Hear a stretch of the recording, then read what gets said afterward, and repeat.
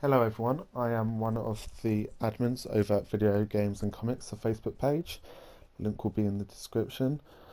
So admins are going to start doing videos for all sorts of things, and this is the first one, and I'm doing it on my own at the moment. So the game we'll be looking at is Amazing Spider-Man 2 on the PS4. I don't own any rights to this game or any of that other boring stuff you're supposed to say. Alright, so the game's just getting started, and we'll load it up and see what we've got. Alright, so we'll be starting off in Peter Parker's home. Just a quick spoiler alert, I don't plan on spoiling anything for you guys, but you don't know what you might see. So I'm not going to look at missions just yet. Actually, I probably won't cover that in this video. I don't want to spoil anything, so let's go out to the street. Apologies if this is hard to hear me. I have hay fever and it's kicking my ass.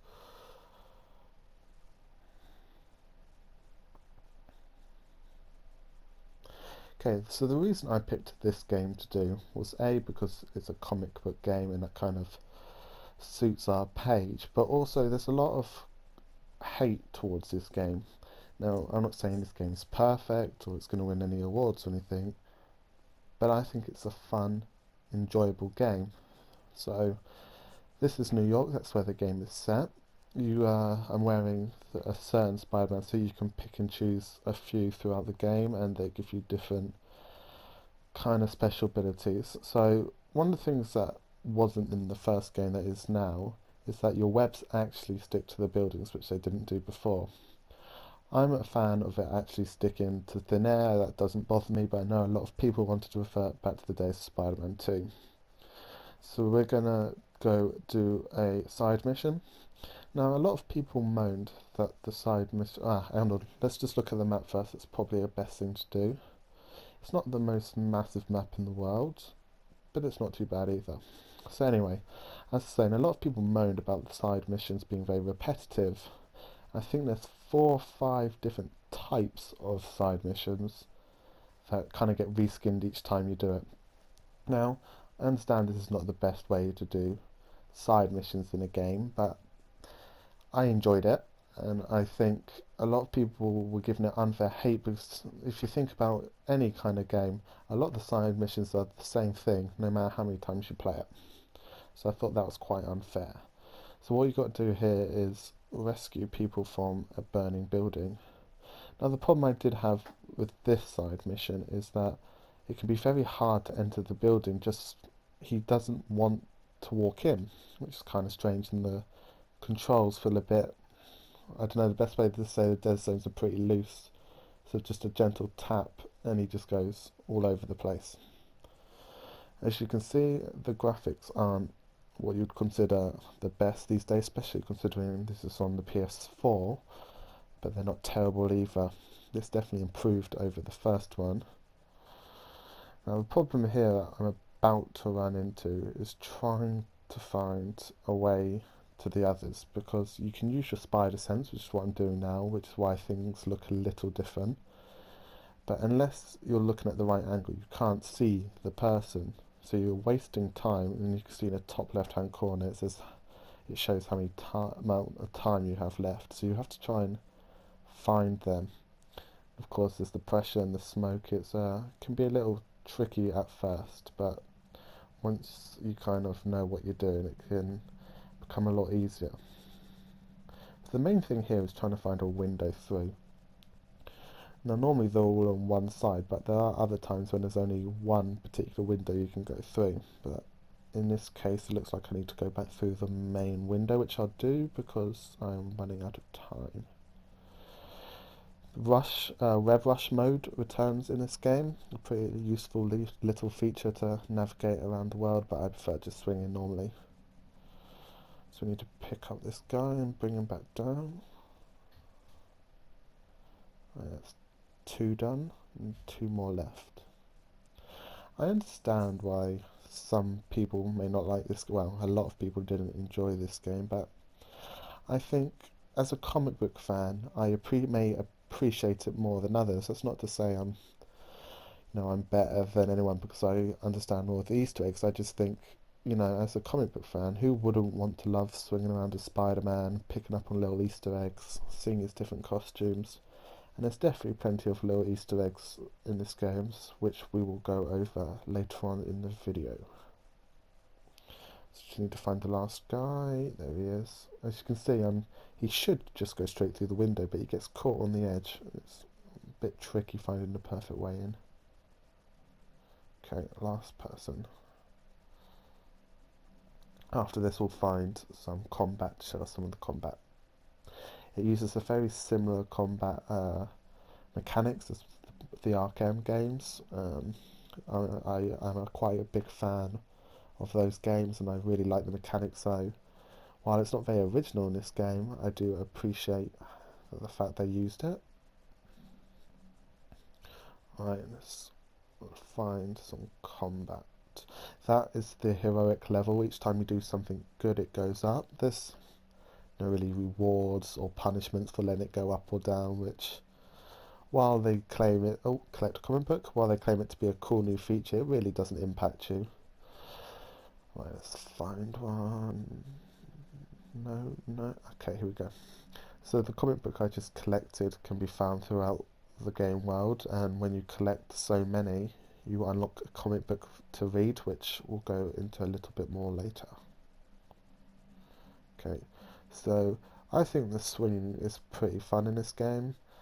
As I said, I know a lot of people don't like it, but I think it came under a lot of unfair criticism. This game doesn't try and pretend to be anything it's not. It doesn't try to go for the amazing story writing. It doesn't try to go for the best graphics. It just wants people to have fun as Spider-Man, and I definitely, for one, enjoy being Spider-Man. So, here we go, our first fight. 4 guys to take down. This is, you can shoot webs at people to get them stuck. When the enemy highlights red, it means he's about to attack you, and when you press triangle, you can counter-attack. You can also web wash people, but I'm not going to show that off, it's pretty standard. When these circles fill their head, it means you can finish them off by pressing circle.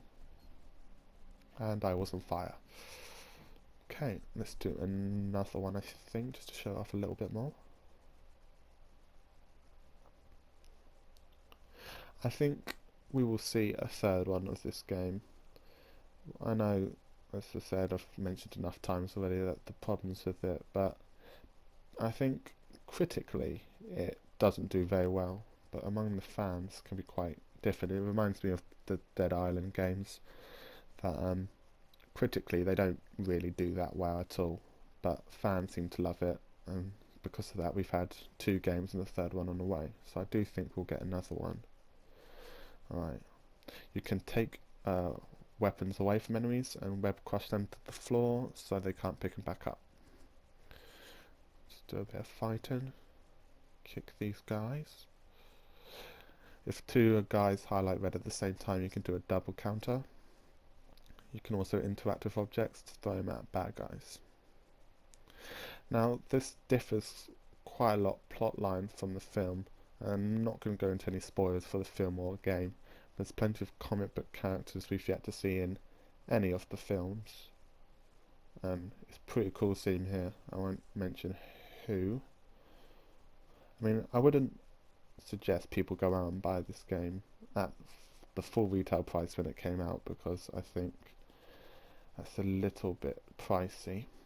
Right now it might be a bit hard to see. Anytime you do any kind of side missions, you get a breaking news kind of little image come up, and the things scrolling at the bottom in orange are little Easter eggs.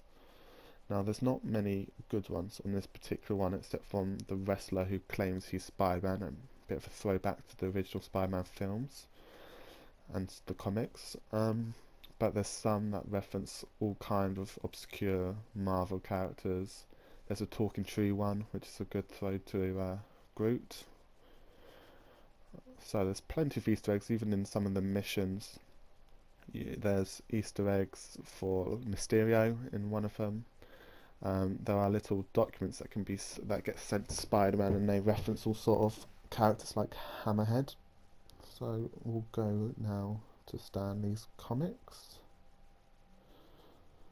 Stan Lee cameos in this game and voices his character. It's a fun little cameo, nothing substantial, but it's definitely appreciated anytime Stan the Man shows up somewhere.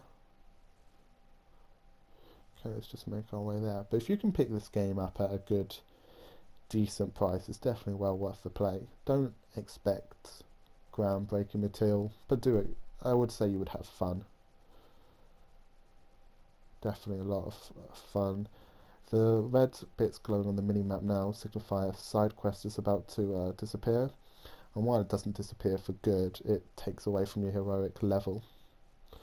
If your heroic level starts going into the bad guy side, Oscorp patrol the city and there's 3 different level type, wanted level I guess is the best way to explain it.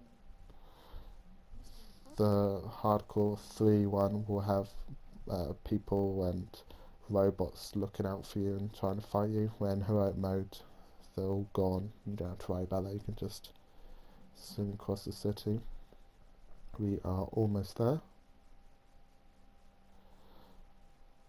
Okay, I believe it's just around here, close to the subway if I remember rightly. Okay, we are about to see Stanley. Get hyped. Cool little bit on the sign there, it flashes between Stan and Stand. Okay, you've got to change into Peter Parker first, and that Spider-Man stuff walking in. Whenever you go in here, it seems like the game's self-aware that it is a game. There's Spider-Man comics, and even when you look at the descriptions for some of the costumes, such as Miguel O'Hara's one, which I'm wearing right now, or Miles Morales, it states that what issue it came from, and that why am I wearing this other guy's costume. So in here there's various little nods to comics, and on shelves up here on the left you can look at concept art. Here you can do some training and challenges, you can play that, and here are statues from certain characters in the game. I'm only going to show 2 off because others contain characters that might spoil the game for you. And here, this is where you can read comics, and it's a good way to read some of the older ones that you would probably have to pay a lot of money to find. So here's the first appearance of Kraven the Hunter. I'm not going to show all this off, I just want to show you guys what to kind of expect if you were to pick up this game, if you don't already have it. Stan makes the odd comment every now and then when you walk in, but nothing special. And that is about it for this video. So thanks very much for watching. Any positive or negative feedback would be much appreciated. If this does well, more videos will come featuring other admins. Link will be in the description for our Facebook page. And thanks for watching, everyone.